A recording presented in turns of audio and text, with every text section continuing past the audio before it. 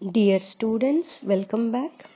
In the previous session, we have discussed about the introduction and structure of the hip joint. Now, in this session, we are going to discuss about the angulation of the femur. As I have discussed that the femoral neck is angulated so that the femoral head faces medially, superiorly, and anteriorly with respect to the femoral shaft and distal femoral condyles. So, because of this angulation of neck, the head and neck is making some angulation with the top shaft of the femur as well as the condyles of the femur. Okay, so there are two angulations made by the head and neck of the femur in relation to the shaft. One angulation is called as angle of inclination, other one is called as angle of torsion.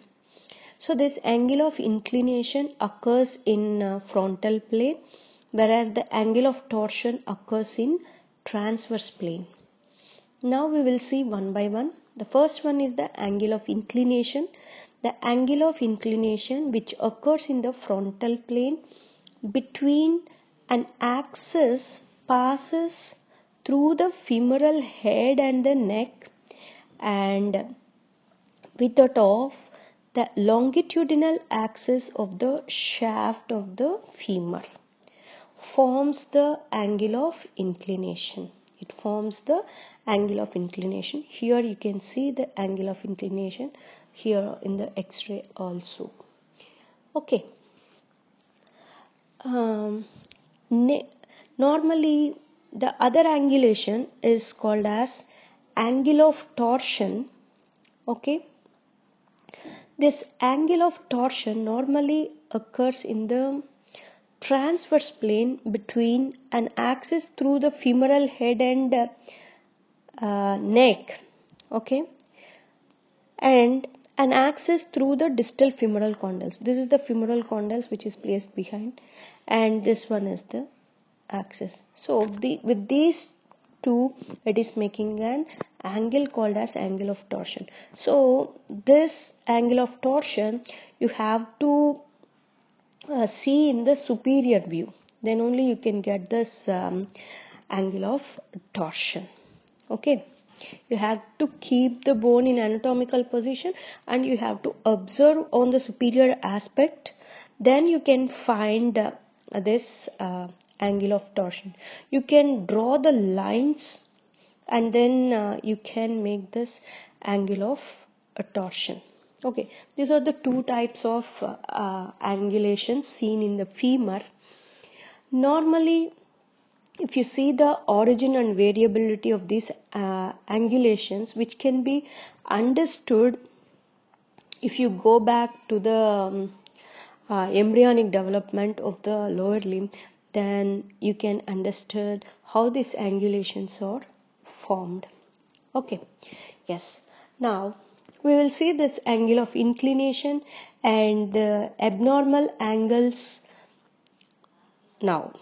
Okay, now angle of inclination occurs in the frontal plane between an axis through the femoral head and neck and the longitudinal axis of the femoral shaft, isn't it? Yes. Now the normal angle of inclination of the femur in the early infancy is 150 degrees. Normally this is measured in medial angle only. Keep it in mind. Okay. The inclination decreases to an average of 125 degrees in the normal adult and to about 120 degrees in the normal elderly person. So almost all this angle of inclination is less than 130 degrees and an average is 125 degrees. So this value can have a normal range from 110 degrees to 144 degrees in an unimpaired adult. Okay, so as with the angle of inclination of the humerus, there are variations not only among individuals but also from side to side. That means from right side to left side also we can see some variations. Okay, the angle of inclination in the woman is somewhat smaller than in men because of the greater width of the female pelvis. Okay, so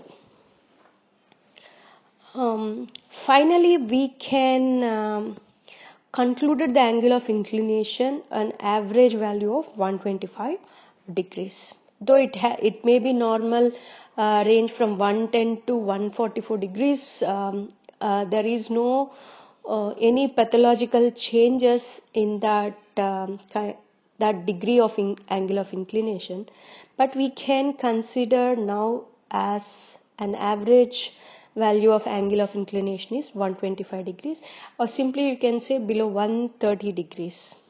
Okay, yes. Now we will see the pathological changes in the angle of inclination. A pathologic increase in the medial angulation between the neck and the shaft is called as coxa valga, and a pathological decrease in the angle of inclination of the femur is called as coxa vara. Now we will see how this angulation appears to be. So this is the coxa valga, where the angle of inclination is increased than normal. So in the X-ray you can see there is a much more increase of angle of inclination.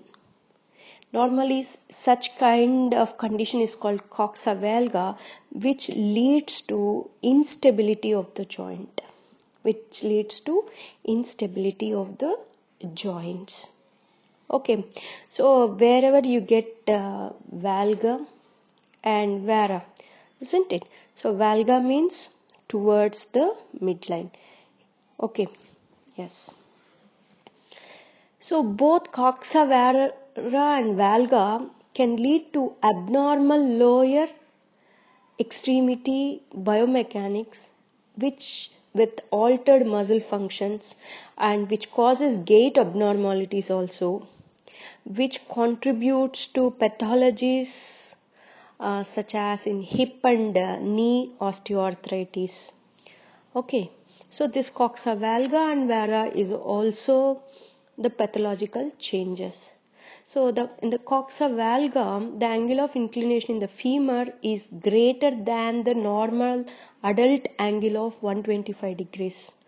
So what happens here means the increased angle brings the vertical weight bearing line closer to the shaft of the femur, diminishing the shear or bending force across the femoral neck. Okay, so such kind of biomechanics we are going to study in detail later. Okay, and coxa vara. Next one is coxa vara. So this is considered as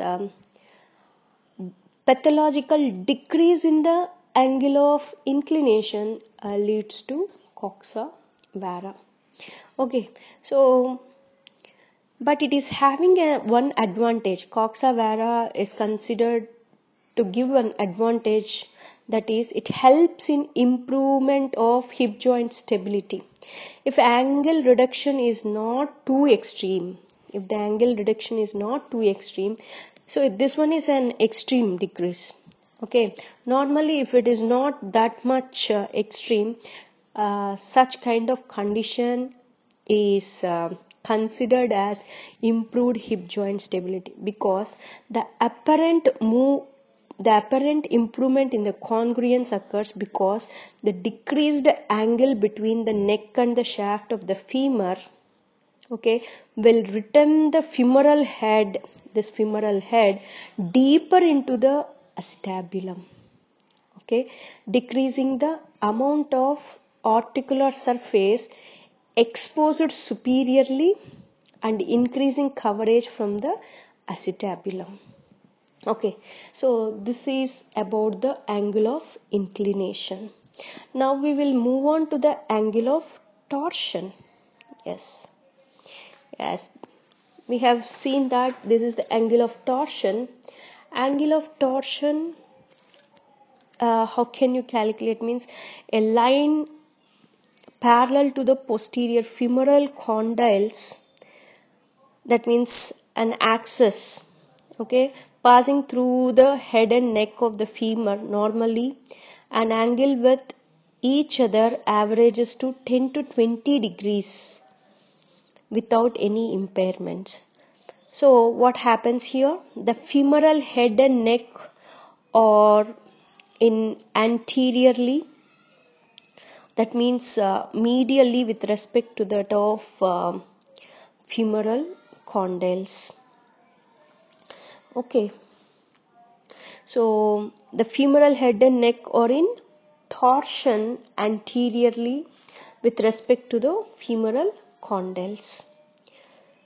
Okay, so here we can see the angle is 10 to 20 degrees. So I have mentioned that if you want to know this angle of torsion, the femur can be viewed by looking down the length of the femur. That means superior view is required. Okay, so the angle of torsion decreases with age. The angle of torsion decreases with age. Okay, a pathological increase in the angle of torsion is called anteversion, and pathological decrease in the angle or reversal of torsion is known as retroversion. So what happens here means, so during angle of torsion, here the femoral condyles are medially rotated. Okay, on observation it is medially rotated. With relative to femoral condyles, the head and neck are laterally rotated. Okay, so in the case of anteversion, so here there are two pathological conditions. One is anteversion and retroversion. That means the angle of torsion is greater than 15 degrees, then it is called anteversion. So in the case of anteversion, what you will observe means the femoral condyles is rotated more medially, and with relative to femoral condyles, this neck and head and neck of the femur appears to be laterally rotated. Okay, if you see in the retroversion, what will happen means, here the angle of torsion is decreased here. So that means both appears in the same plane, that is the reversal of angulation, that is called as, which is also a pathological condition. Okay, so these are the two pathological conditions. The hip joint can only tolerate a limited amount of torsion of the head, not beyond that. Only the hip joint only tolerate a limited amount of torsion of the head without affecting the congruence. Greater degrees of femoral anteversion or retroversion may leads to internal femoral torsion. When the femoral condyles are turned medially from the frontal plane, so which leads to such condition is called as internal femoral torsion. Okay, so this anteversion is normally associated with internal femoral torsion, whereas retroversion is normally associated with external femoral torsion. In the external femoral torsion, the femoral head is twisted posteriorly. The femoral head is normally here it has to bring the femoral head is twisted posteriorly. Okay, if the head of the femur is twisted posteriorly, with relative to this head, how the femoral condyles are? The femoral condyles are laterally rotated. That means externally rotated. So it is called as external femoral torsion. Okay. So this helps to restore some joint congruence. These modifications will help in joint congruence. Both normal and abnormal angles of inclination and torsion, which are very much related to the properties of femur, and this exists independently of the hip joint. However, all these abnormalities in the angulations of the femur, which will alter hip joint stability and also which affects the weight bearing biomechanics of the hip joint and also muscle biomechanics. So this is all about the angulations of the femur. In the next session we are going to discuss about the articular congruence of the hip joint. Thank you.